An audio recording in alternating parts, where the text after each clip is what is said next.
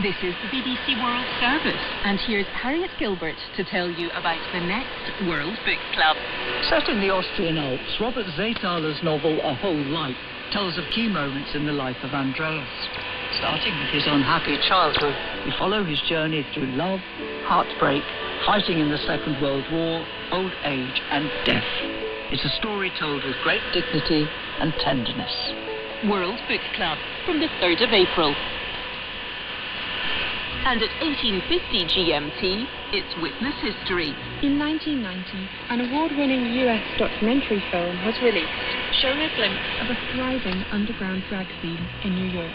The film Paris is Burning explored the black and Latinx, gay and trans ballroom scene of the 1980s.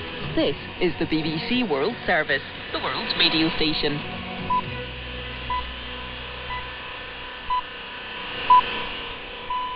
Today on Outlook, when your husband tells you he's an undercover agent.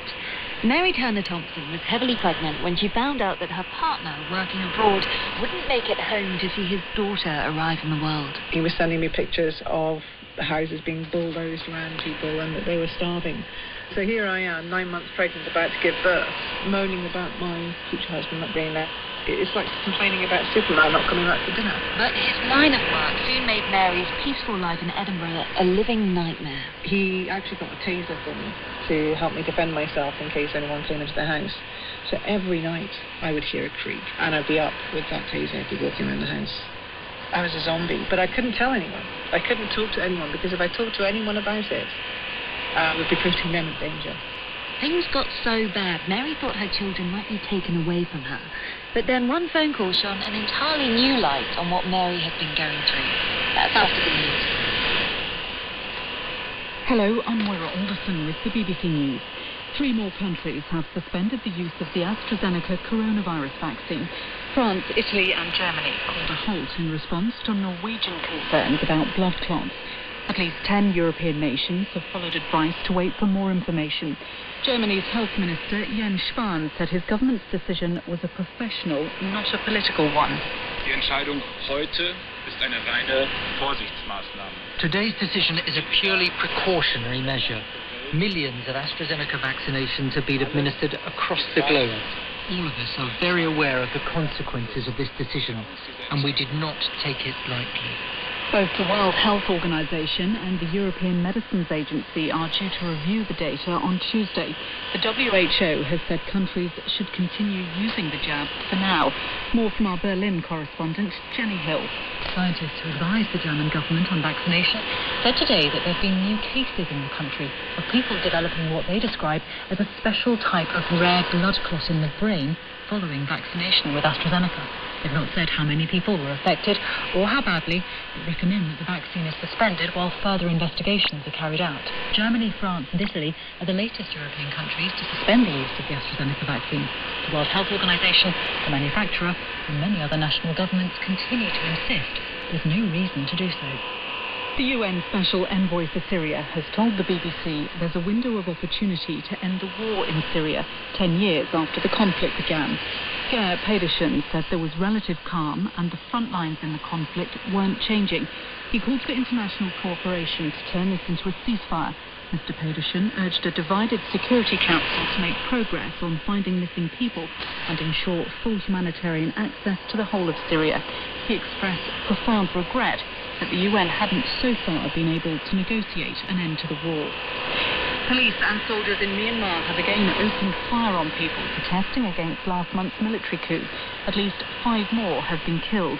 The BBC's Southeast Asia correspondent says the Burmese army has, in effect, gone to war with its own people.